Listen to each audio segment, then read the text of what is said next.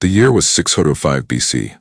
For centuries, one empire had terrorized the ancient world. Its armies burned cities, its kings skinned enemies alive, its banners marched from the mountains of Anatolia to the deserts of Egypt. That empire was Assyria.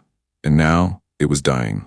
Across the Middle East, kingdoms watched with fear and anticipation as the once invincible Neo-Assyrian Empire collapsed beneath rebellion, invasion, and endless war. But empires do not fall quietly. Especially Assyria.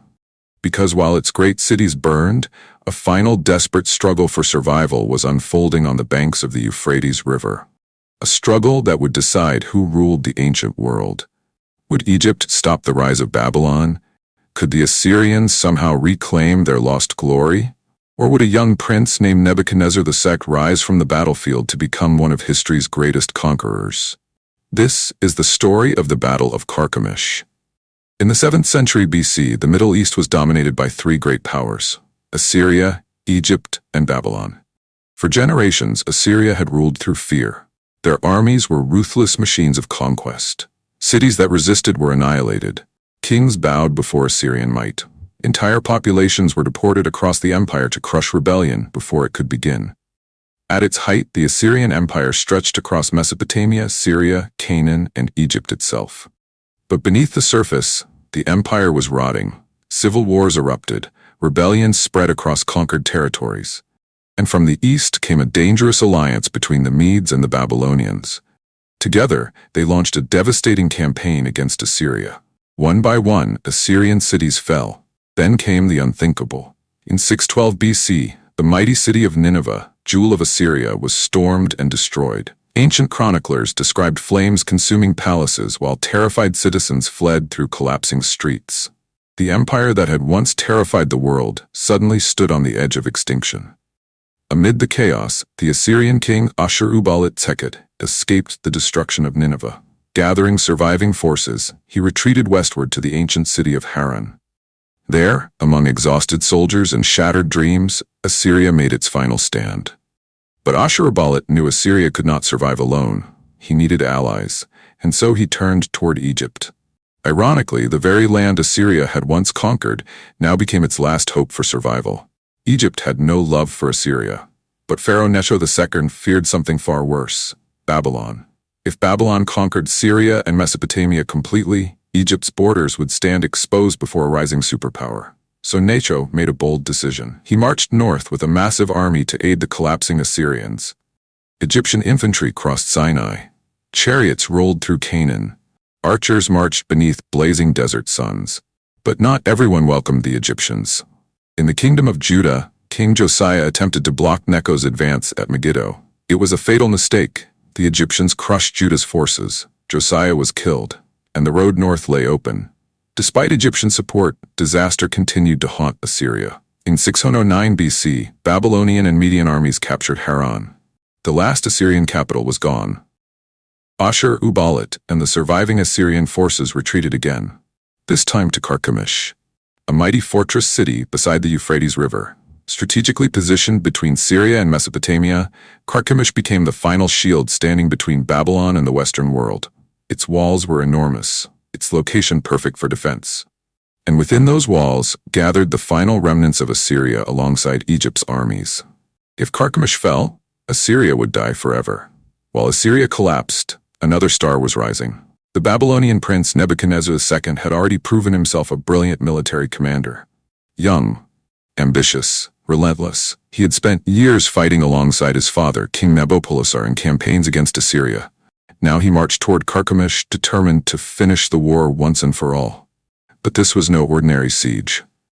Waiting for him behind the walls stood Egyptian forces led by Pharaoh Necho himself, veteran Assyrian survivors, and thousands of chariots and infantry prepared for one final desperate battle. The fate of the Middle East would be decided here. The Egyptian army remained one of the most feared forces of the age. Its soldiers carried spears, shields, bows, and bronze weapons, polished beneath the Syrian sun. Fast-moving chariots formed the elite strike force of Pharaoh's army. Egyptian archers were deadly. Disciplined infantry marched beneath colorful standards bearing the symbols of ancient gods. Necho believed these forces could halt Babylon's rise. But Nebuchadnezzar's army was different. The Babylonians had learned warfare from decades of brutal conflict against Assyria itself. Their infantry was heavily armed and highly disciplined. Swift cavalry units maneuvered rapidly across battlefields. Most importantly, Babylonian siege engineers had mastered the art of destroying fortified cities. These were hardened veterans of endless war, and they marched toward Carchemish with terrifying confidence. At dawn in 605 BC, Babylonian forces surrounded the plains outside Carchemish. Dust clouds rose beneath thousands of marching soldiers. Bronze armor glimmered beneath the morning sun. Across the battlefield stood the combined Egyptian and Assyrian armies. Then, the fighting began. Egyptian chariots surged forward first. The thunder of wheels shook the earth. Arrows darkened the skies. Initially, the assault worked. Babylonian ranks suffered heavily beneath the speed and power of the Egyptian charge. For a moment, it seemed Egypt might actually stop Babylon's advance. But Nebuchadnezzar remained calm, watching carefully, waiting. Then he struck. The Babylonian prince ordered cavalry forces to attack the flanks of the Egyptian chariots. It was devastating. The fast-moving cavalry trapped the Egyptian vehicles and shattered their momentum. One by one, the chariots were isolated and destroyed. Suddenly, the advantage disappeared. Then came the infantry clash. Babylonian soldiers advanced with discipline and coordination. Shield walls crashed together. Spears pierced armor. Swords flashed beneath clouds of dust and blood. The Assyrians and Egyptians fought desperately, but Babylon's forces were relentless. And at the center of the storm stood Nebuchadnezzar himself, commanding the battle directly and rallying his troops forward. Slowly, Allied lines began to collapse. By midday, the battlefield had become a nightmare. Thousands lay dead or wounded. Egyptian soldiers retreated toward the city walls. Assyrian resistance crumbled. Then the Babylonians unleashed their siege engines. Catapults hammered the walls of Carchemish. Defenses shattered. Babylonian troops stormed through the breaches and poured into the city. Street fighting erupted. Flames consumed buildings. Panic spread through the defenders. And finally, Carchemish fell. With it died the last hope of Assyria.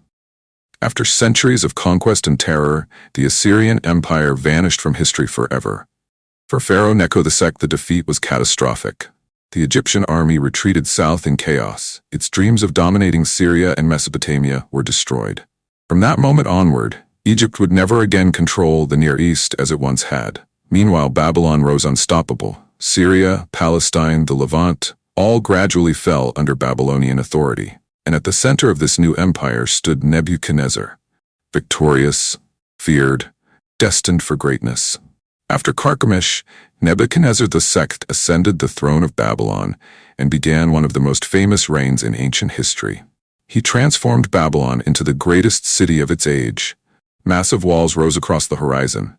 Temples and palaces glittered with blue glazed bricks. Legends later spoke of the Hanging Gardens of Babylon, one of the wonders of the ancient world. But all of it, all the glory, all the power, began on the blood-stained plains beside the Euphrates River. The Battle of Carchemish was more than a military victory. It was the death of one empire and the birth of another. A moment when the balance of the ancient world shifted forever. And as the fires of Assyria faded into history, the star of Babylon rose over the Middle East.